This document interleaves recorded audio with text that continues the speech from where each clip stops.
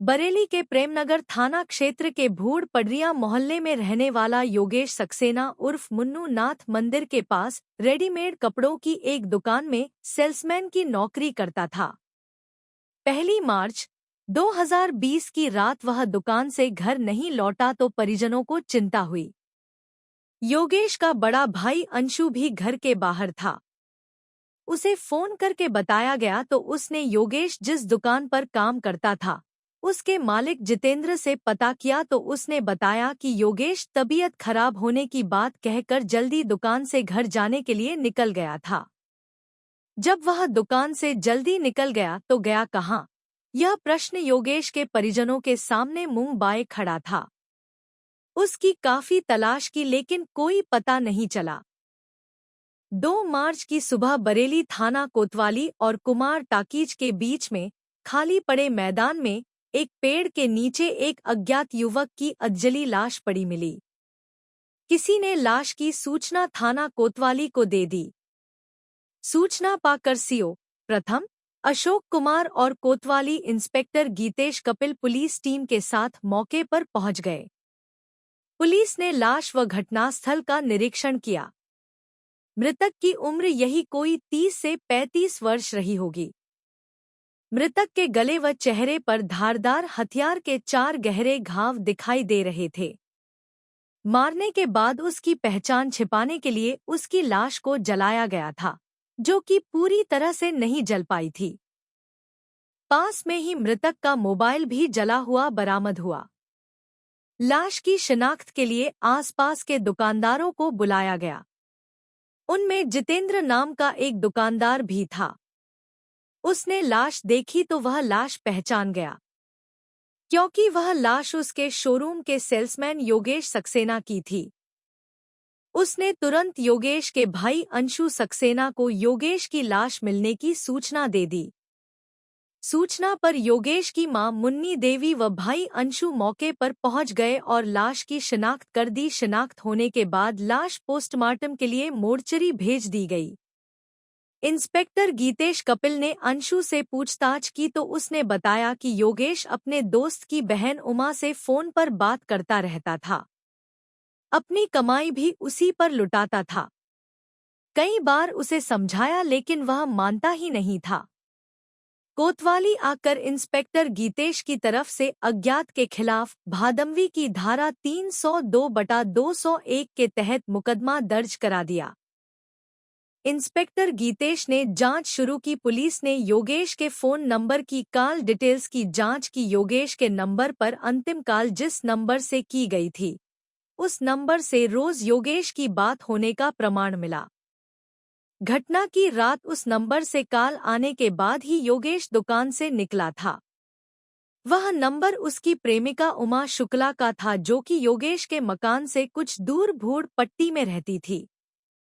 इसके बाद 3 मार्च को इंस्पेक्टर गीतेश कपिल ने उमा शुक्ला को घर से हिरासत में लेकर कोतवाली में महिला कांस्टेबल की मौजूदगी में कड़ाई से पूछताछ की तो उसने अपना जुर्म स्वीकार कर लिया।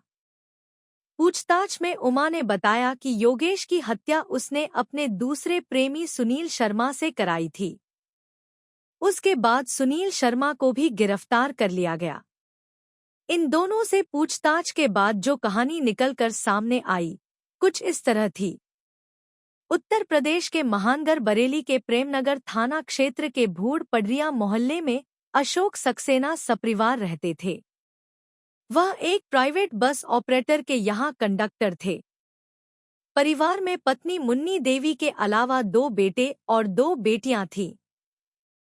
अशोक सक्सेना ने अपनी बड़ी बेटी शालिनी का विवाह कर दिया। इससे पहले कि वह अन्य बच्चों की शादी की जिम्मेदारी से मुक्त होते 3 साल पहले उनकी मृत्यु हो गई। बड़ा बेटा अंशु शादी बारातों में बैंड बाजा बजाने का काम करने लगा। हाई स्कूल पास योगेश नाथ मंदिर के पास स्थित रेडीमेड कपड़ों की एक दुकान में सेल्समैन की नौकरी कर रहा था। वह इस दुकान पिछले 5 सालों से काम कर रहा था। योगेश के मकान से कुछ दूरी पर भूड़ पट्टी में महेशचंद्र शुक्ला रहते थे। वह प्राइवेट जॉब करते थे। परिवार में उनकी पत्नी जानकी और एक बेटी उमा और बेटा अमर उर्फ गुरु था। 20 जुलाई 1990 को जन्मी उमा काफी खूबसूरत और महत्वाकांक्षी युवती थी। उसने बरेली यूनिवर्सिटी से ग्रेजुएशन की थी। बरेली जैसे महानगर में पलीबड़ी होने के कारण उसके वातावरण का असर भी उस पर पड़ा था। उमा का भाई अमर और योगेश एक ही मार्केट में अलग अलग रेडीमेड कपड़ों की दुकान पर काम करते थे। इसी वजह से योगेश और अमर में दोस्ती हो गई। दोनों एक दूसरे के घर भी आते जाते थे। इसी आने जाने में योगेश और उमा एक दूसरे को जानने लगे। दोनों का दिन में कई कई बार आमना सामना हो जाता था। दोनों की निगाहें आपस में टकराती थी तो उमा लजाकर अपनी निगाहें नीची कर लेती थी। योगेश की आंखों की गहराई वह ज्यादा देर बर्दाश्त नहीं कर पाती थी। शर्म से पलकें झुक जाती और होठों पर हल्की मुस्कान भी अपना घर बना लेती थी। उमा की इस अदा पर योगेश का दिल बेचैन हो उठता था।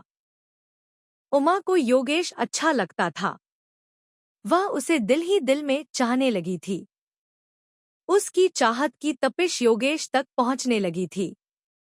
योगेश को तो उमा पहले से ही पसंद थी। इस वजह से योगेश भी अपने कदम बढ़ने से रोक न सका। वह भी उमा को अपनी बाहों में भरकर उसकी आंखों की गहराइयों में उतर जाने को आतुर हो उठा। एक दिन योगेश उमा के कमरे से निकलकर बाहर की ओर जाने लगा कि अचानक वह फिसल गया। इससे उसके दाएं हाथ के अंगूठे में काफी चोट लग गई और अंगूठे से खून निकलने लगा। वहीं आंगन में खड़ी उमा ने देखा तो दौड़ी दौड़ी आई। खून निकलता देखकर वह तुरंत अपने रुमाल को पानी में भिगोकर उसके अंगूठे में बांधने लगी।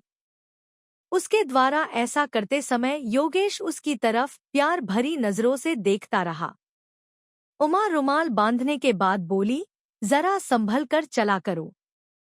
अगर आप इस तरह गिरोगे तो जिंदगी की राह पर कैसे संभल कर चलोगे?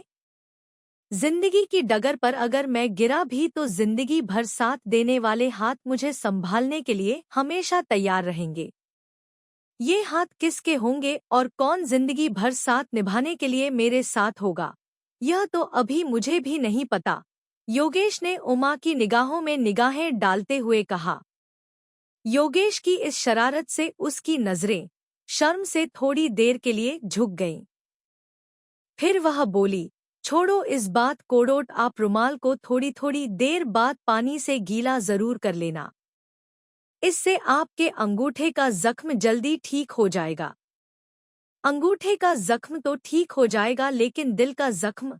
इतना कहकर योगेश तेजी से दरवाजे से बाहर निकल गया।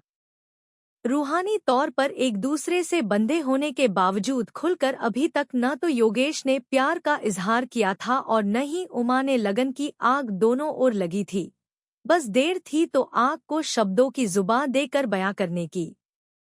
योगेश जब घर में आता तो उमा का मन अधिक से अधिक उसके पास रहने को करता था। जब भी दोनों मिलते इधर उधर की बातें करते रहते थे। इससे धीरे धीरे दोनों एक दूसरे से काफी खुल गए और उनमें काफी निकटता आ गई। उमा मिलने व बात करने के उद्देश्य से योगेश के पास पहले से अधिक जाने लगी। एक दिन योगेश घर में अपने कमरे में बैठा कुछ पढ़ रहा था। उमा भी उससे मिलने वहां पहुंच गई। उमा को देखकर योगेश खुश होते हुए बोला, आओ उमा, बहुत देर लगा दी, मैं काफी देर से तुम्हारा ही इंतजार कर रहा था। घर का काम निपटाने में मम्मी की मदद करने लगी थी, इसीलिए देर हो गई। वह बोली, ठीक है, तुम थोड़ी देर बैठो, मैं तुम्हारे लिए चाय बनाकर लाता हूँ, कहकर योगेश चाय बनाने चला गया। उमा वहीं मेज पर रखी पत्रिका उठाकर उसके पन्ने पलटने लगी। थोड़ी ही देर में योगेश चाय बनाकर ले आया। मेज पर चाय रखते हुए योगेश बोला, उमा, क्या पढ़ रही हो? योगेश की बात सुनकर उमा ने सिर उठाया और योगेश की तरफ देखते हुए बोली, इस पत्रिका में एक बहुत ही अच्छी कहानी छपी है, वही पढ़ने लगी थी। यह सुनकर योगेश भी उमा के पास बैठकर चाय पीते हुए उसी पत्रिका को पढ़ने में तल्लीन हो गया। पूरी कहानी पढ़ने के बाद ही योगेश ने पत्रिका के सामने से सिर हटाया और उमा की तरफ देखते हुए बोला, सही कहा था तुमने, काफी दिल को छू लेने वाली प्रेम कहानी है। दोनों में कितना प्यार था। अच्छा उमा, यह बताओ कि आज के समय में भी इतना पवित्र प्यार करने वाले लोग मिलते हैं? योगेश की बात सुनकर उमा भावुक होते हुए बोली, वे बड़ी किस्मत वाले होते हैं जिन्हें किसी का प्यार मिलता है। उमा की बात बीच में ही काटते हुए योगेश बोला, कुछ मेरी तरह बदनसीब होते हैं जिन्हें प्यार के नाम पर सिर्फ जमाने की ठोकरें मिलती हैं। यह कहकर योगेश के आंसू छलक आए। योगेश की आंखों में आंसू देख उमा तड़प उठी। योगेश का हाथ अपने हाथों में लेकर वह बोली, तुम ऐसा क्यों सोचते हो? तुम तो इतने अच्छे हो कि तुम्हें हर कोई प्यार करना चाहेगा। मैं तुमसे कई दिनों से एक बात करना चाहती थी, लेकिन इस डर से चुप रही कि कहीं तुम बुरा न मान जाओ। तुम कहो तो कह दूं।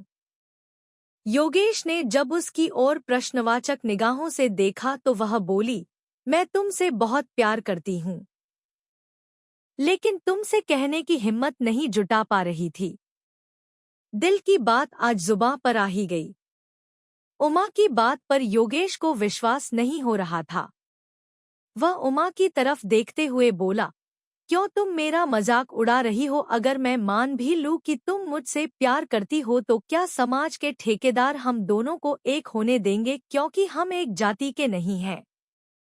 जब हम प्यार करते हैं तो इस जमाने से भी टक्कर ले लेंगे। प्यार तो प्यार होता है, इसे धर्म और जाति के तराजुओं में नहीं तोला जा सकता है।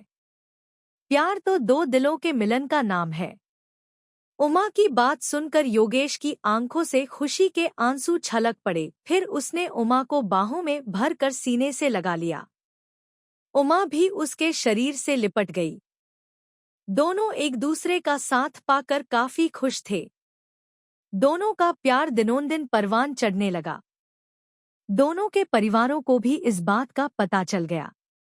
योगेश की बहनों और भाई ने योगेश को काफी समझाया कि वह उमा के चक्कर में न पड़े, लेकिन योगेश नहीं माना। दूसरी ओर उमा के पिता ने भी उसके लिए रिश्ता तलाशना शुरू कर दिया। जल्द ही बुलंदशहर के रमेश, परिवर्तित नाम से उमा का रिश्ता पक्का कर दिया। उमा और योगेश कुछ न कर सके, सिर्फ हाथ मलते रह गए। प्रेमिका की शादी किसी और से तय होने पर योगेश पर तो जैसे दुखों का पहाड़ टूट पड़ा। वह दिन रात उमा की यादों में खोया रहता और उसकी कही गई बातें याद करता। 27 नवंबर 2014 को उमा का विवाह रमेश से हो गया। उमा बेमन से अपनी ससुराल चली गई, लेकिन विवाह के बाद उसका पति से मनमुटाव होने लगा। फिर एक वर्ष बीतते बीतते उमा पति का घर हमेशा के लिए छोड़कर अपने मायके आ गई। इसी बीच उमा ने एक बेटी को जन्म दिया, जिसका नाम उसने सौम्या रखा। उमा अब पति रमेश से हमेशा के लिए छुटकारा पाना चाहती थी, लिहाजा उसने अपने तलाक का मुकदमा भी दायर कर दिया। एक बार फिर से उमा व योगेश एक दूसरे से मिलने लगे। अब योगेश उमा को अपने से दूर जाने नहीं देना चाहता था। किस्मत ने उसे फिर से उमा का साथ पाने के लिए उसे उमा से मिला दिया था। योगेश उस पर अब अपने से विवाह करने का दबाव बनाने लगा। उमा मायके आई तो वह अपना खर्च उठाने के लिए गंगाचरण अस्पताल के पास स्थित एक कैफे में काम करने लगी। इसी बीच उमा की दोस्ती भूड़ पट्टी में रहने वाले सुनील शर्मा से हो गई। 32 वर्षीय सुनील शर्मा अविवाहित था और बरेली के इज्जतनगर में स्थित Indian veterinary research institute (IVRI) में संविदा पर स्टोर कीपर के पद पर तैनात था। दोनों की दोस्ती जल्द ही प्यार में बदल गई। उमा और सुनील एक ही जाति के थे और सुनील अच्छी नौकरी करता था, इसलिए उमा उससे शादी करना चाहती थी। योगेश उसकी जाति का भी नहीं था और सेल्समैन की छोटी सी नौकरी करता था। उमा ने योगेश को समझाया कि वह उससे शादी नहीं कर सकती, लेकिन योगेश मान ही नहीं रहा था। उमा भले ही बदल गई हो और योगेश के प्यार को भुला बैठी हो, लेकिन वह तो उमा को दिलोजान से अभी भी चाहता था। वह उमा को हर हाल में पाना चाहता था। जब योगेश किसी तरह से मानने को तैयार नहीं हुआ तो योगेश से पीछा छुड़ाने के लिए उमा ने सुनील से बात की तो वह योगेश को ठिकाने लगाने के लिए तैयार हो गया। इसके बाद दोनों ने उसकी हत्या की योजना बना ली। योजनानुसार 1 मार्च को उमा अपने ऑफिस में थी। योजना के अनुसार रात 8:30 बजे उमा ने योगेश को मिलने के लिए कुमार टाकीज के पीछे खाली पड़े मैदान में बुलाया। योगेश उस समय दुकान पर था। वह अपने मालिक जितेंद्र से तबीयत खराब होने का बहाना बनाकर दुकान से निकल आया और कुमार टाकीज के पीछे मैदान में पहुंच गया। वहां सुनील शर्मा पहले से मौजूद था। योगेश नजदीक आया तो सुनील ने उसकी आंखों में लाल मिर्च का पाउडर फेंक दिया, जिससे योगेश बिलबिला उठा। इसके बाद सुनील ने साथ लाए चाकू से योगेश के गले, चेहरे व शरीर पर 4 प्रहार किए, जिससे योगेश जमीन पर गिरकर तड़पने लगा। कुछ ही पलों में उसकी मौत हो गई। सुनील ने पास ही पड़े पत्थर से उसके चेहरे को कुचला। उसके बाद वह साथ लाई टीवीएस अपाचे बाइक से उमा के पास गया। उसे पूरी बात बता दी। इसके बाद उमा रात 9 बजे उसके साथ बाइक पर बैठकर घटनास्थल पर आई। उमा ने सुनील से कहा कि वह बाइक से पेट्रोल निकालकर योगेश की लाश जला दे, जिससे उसकी पहचान न हो सके। इस पर सुनील ने बाइक से पेट्रोल निकालकर योगेश की लाश पर डाल दिया और आग लगा दी। इसके बाद दोनों वहां से चले गए, लेकिन पुलिस आसानी से उन दोनों तक पहुंच ही गई। सुनील की निशानदेही पर इंस्पेक्टर गीतेश कपिल ने हत्या में प्रयुक्त चाकू, लाश जलाने में प्रयुक्त माचिस की डब्बी, रक्तरंजित कपड़े और सुनील की Apache bike number UP 25 CM 3263 बरामद कर ली। फिर कानूनी औपचारिकताएं पूरी करने के बाद दोनों को CJM की कोर्ट में पेश किया गया। वहां से दोनों को जेल भेज दिया गया।